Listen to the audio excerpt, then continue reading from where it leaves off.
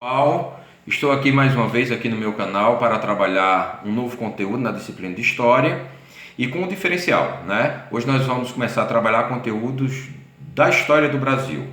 E o primeiro assunto que eu vou trabalhar com vocês aqui na minha telinha é a crise do Império e o surgimento da República. E o que seria a crise do Império?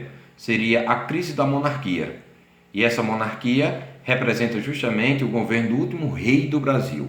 E quem foi o último rei do Brasil? Dom Pedro II. E não precisa ter dificuldade de tentar memorizar quantos reis o Brasil possuiu. O Brasil possuiu dois apenas. O Dom Pedro I, que foi o pai dele, que fez a independência do Brasil, a separação política do Brasil de Portugal, e o filho dele, chamado Dom Pedro II, onde a gente pode olhar aqui ele na telinha, né? Veja bem direitinho, né? E o Dom Pedro II, apesar de vocês olharem aí na telinha, muito barbudo, né? Ele não chegou ao poder nessa idade, não.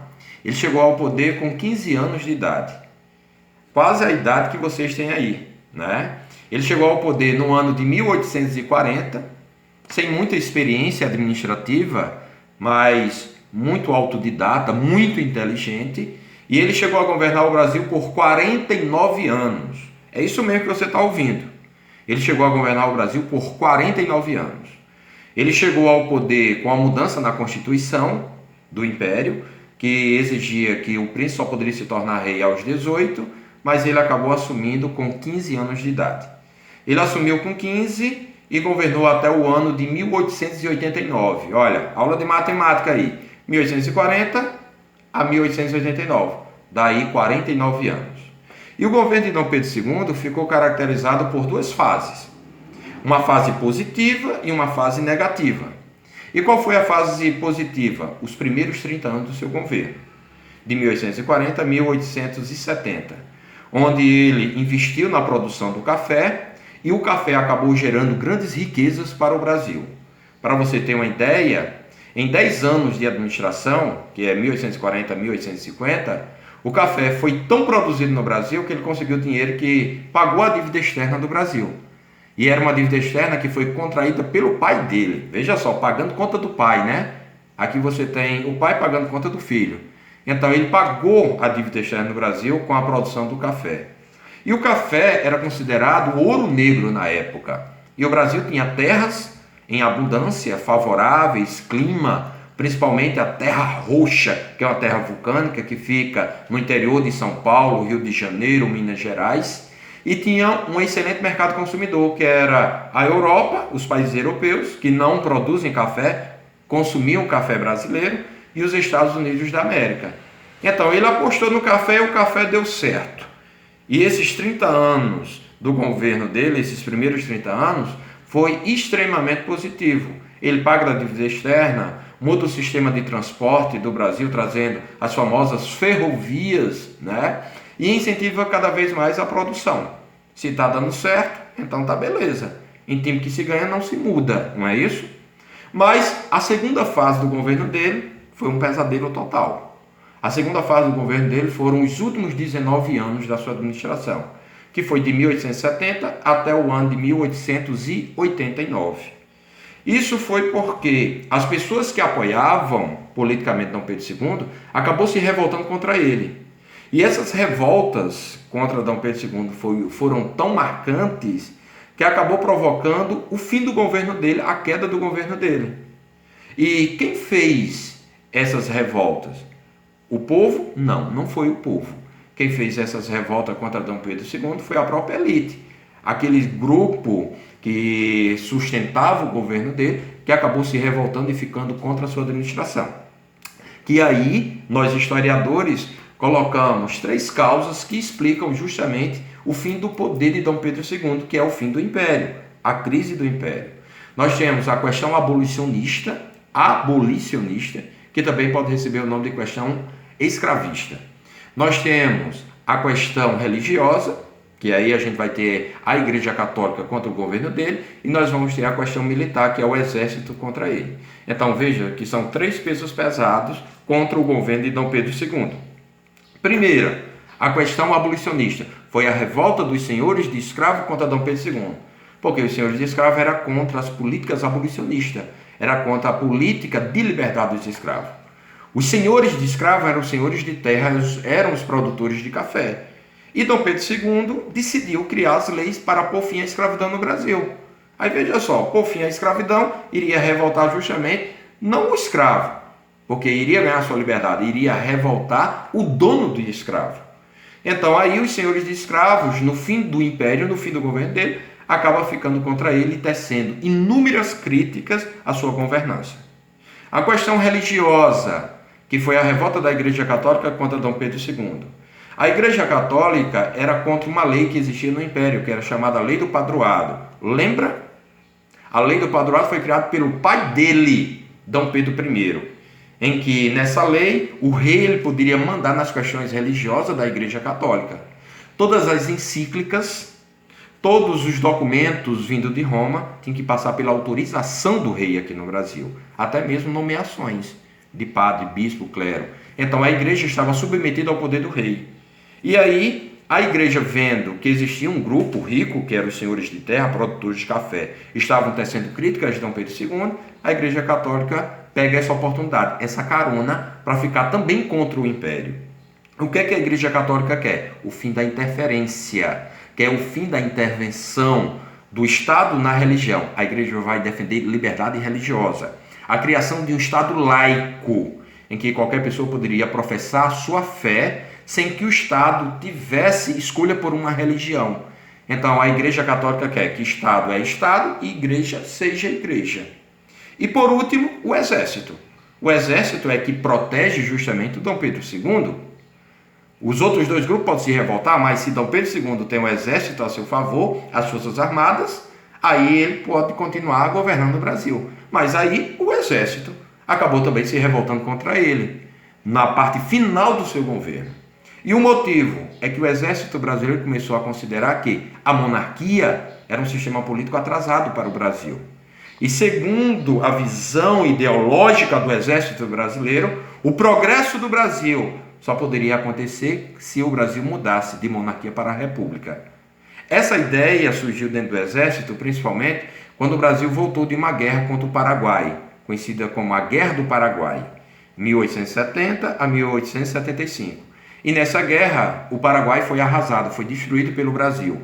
O Brasil contou com a participação da Argentina e do Uruguai contra o Paraguai. Era 3 contra 1. E o Paraguai era o país mais desenvolvido das Américas, o segundo país mais desenvolvido do mundo. Só perdia para a Inglaterra. E qual era o regime político do Paraguai? A República. 95% da população do Paraguai era alfabetizada. Em cada esquina de rua, lá em Assunção, lá no Paraguai, você tinha uma escola ou uma universidade. Era um país de referência. E aí o Exército retorna para o Brasil e volta com a ideia de que o Brasil só poderia seguir aqueles caminhos de desenvolvimento do Paraguai se abandonasse a monarquia e adotasse o sistema político que era adotado lá, que era justamente a República. É um paradoxo, né? Você combate a República e quer a República aqui no Brasil. Mas enfim, o Exército brasileiro considera que a monarquia não deve mais continuar como sistema político no Brasil. Resultado disso, junta-se os senhores de escravos, junta-se a igreja com o exército. E os três acabam dando um golpe político contra Dom Pedro II. Antes aliados, agora inimigos. Esses inimigos querem proteger seus interesses particulares. Aí o que é que vai acontecer? No dia 15 de novembro de 1889 ocorre a famosa Proclamação da República. E o que é a Proclamação da República? O fim do Império e o nascimento da República no Brasil, que dura até hoje. E o que é que significa o 15 de novembro de 1889? Significa o fim do governo de Dom Pedro II. Dom Pedro II é posto para fora, depois é posto para fora com toda a sua família e é exilado na Europa. E aí, quem é que passa a governar o Brasil depois que o rei acaba caindo? Acaba sendo posto para fora. Aí é feito uma junta militar, já que o exército lidera esse movimento contra o Império, contra Dom Pedro II. Por detrás você tem o clero, por detrás você tem os latifundiários, os ex-senhores de escravos, porque a escravidão já tinha se acabado, acabou no ano de 1888, quase um ano depois, um ano antes, quer dizer. E nessa junta militar decide colocar no poder o primeiro presidente do Brasil sem ter sido eleito através de voto direto, voto do povo, já que ainda não existia nenhuma Constituição instituindo o novo sistema político, que era justamente a própria República. E a pessoa escolhida a ser o primeiro presidente do Brasil, escolhido indiretamente, foi esse camaradinho aqui, o famoso Deodoro da Fonseca. Deodoro da Fonseca, ele foi o primeiro presidente da República, como hoje nós temos o último, que é justamente Jair Bolsonaro. Então, Deodoro da Fonseca, ele se torna o primeiro presidente do Brasil e ele tem duas missões importantes. Legitimar a República, que é o quê? Confirmar o novo sistema político. Dizer para todo o território brasileiro que o Brasil não é mais um império, não é mais uma monarquia, e sim um sistema republicano. Então, legitimar significa confirmar. Então, ele teve essa missão assim que foi escolhido como o primeiro governante republicano no Brasil. E a segunda missão foi simplesmente fazer, elaborar e aprovar a primeira Constituição do novo regime político que o Brasil que acabara de adotar com a proclamação da República. E essa Constituição, ela foi analisada por ele, sancionada por ele, aprovada por ele, no ano de 1891. Aí, essa Constituição, ela não é a primeira do Brasil. A primeira do Brasil foi feita por Dom Pedro I, quando ele se tornou-se rei do Brasil após a independência. Essa é a segunda Constituição. A primeira da República, mas a segunda do Brasil. Aí, nessa Constituição, ele diz que o Brasil agora é um Estado federativo, ou seja, não é mais formado por província, como tinha a província de Pernambuco, província da Paraíba, província do Rio Grande do Norte.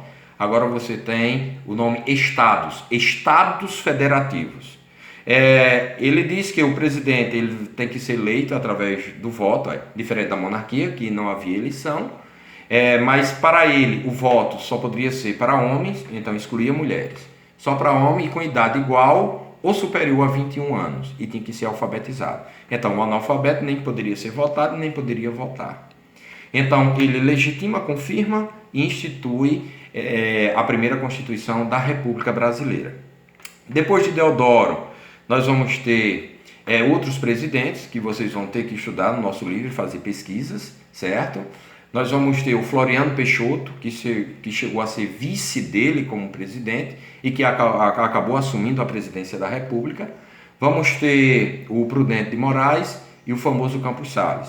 Alguns nomes presidenciais que chegaram ao poder nesse primeiro momento do sistema republicano no Brasil. Só para a gente finalizar essa nossa videoaula, a República ela é dividida por várias fases. A primeira fase durou da proclamação do ano de 1889 até o ano de 1930. Aí ela é conhecida como República Velha. Aí a República Velha ela é dividida em duas fases. Esse primeiro momento que nós estamos analisando é chamada República das Espadas e a República das Oligarquias. O que seria a República das Espadas? A República das Espadas diz respeito ao momento em que o Brasil foi governado por militares. Não é o regime militar ainda, viu? A ditadura militar, o regime militar, em 1964. A República das Espadas é apenas o governo de Deodoro e de Floriano, que eram marechais, pertenciam ao exército brasileiro. E a República das Oligarquias é o governo principalmente dos latifundiários, dos donos de terras e dos ex-senhores de escravos. Então, esse governo aí, chamado República Velha, vai durar até o ano de 1930, quando vai acontecer o início do governo de Getúlio Vargas, que aí é cena para os nossos próximos capítulos. Valeu e tomara que vocês tenham entendido e vamos fazer as leituras complementares e responder as atividades. Valeu!